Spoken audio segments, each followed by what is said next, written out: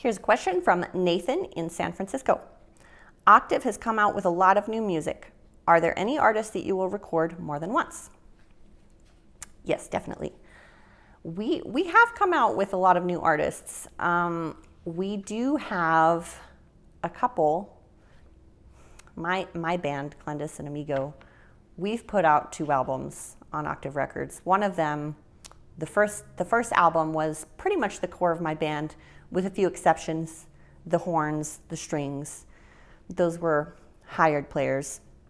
My second album, things worth remembering, I had a lot of hired players, and Katie Mintal was a guest singer on 3 of the songs.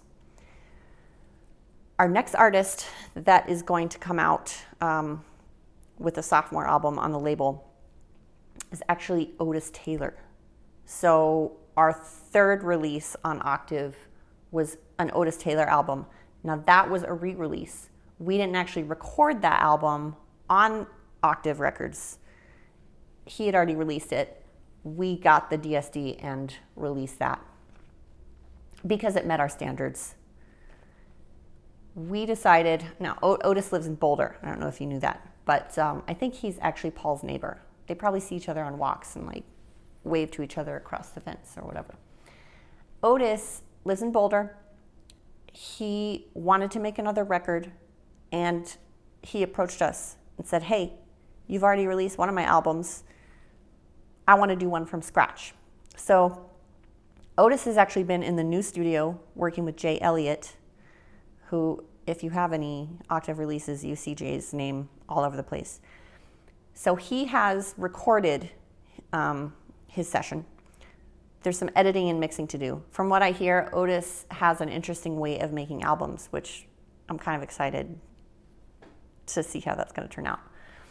But he will be our 2nd full-length album of an artist that has already had a full-length album on the label. We have talked to a couple other artists. I don't want to say who because we haven't signed a contract yet. But we do have another artist that has been very popular on the label that has been talking about doing another album in a fresh and new way. That's all I'm going to say about it. There have been some other artists on compilations that we got so much good feedback about, we decided to do full-length albums with them. One of them being Tom Amend. He did some trio recordings, jazz trio recordings for some of the compilations. He has an octet, and they are incredible. I went to some of those sessions, and I got to sit in the middle of the room of these 8 players, and I was taking photos and video. That was my excuse to get to sit in the middle of the room. But it was incredible. So hearing Tom's trio ratcheting up to an octet is going to be really, really, really, really, really cool. I don't think I could say really enough to explain how great that album is going to be. Another artist that we are working on a full-length project with that was on the compilations is Miguel Espinoza. It's a flamenco fusion group, and he's bringing in some pretty exciting players. Again, I don't want to give anything away. I don't want to jinx it, but we have a Grammy winner coming in to do some tracks for it. So it's pretty exciting. Those are the ones I can think of offhand. There's one more classical musician.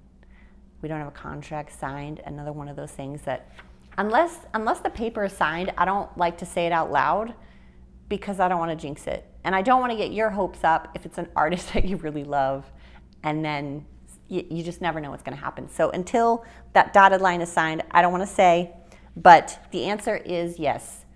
Otis Taylor for sure, Tom Amend for sure, Miguel Espinoza for sure, and then there are a couple more that have done full-length albums with us that we're talking to.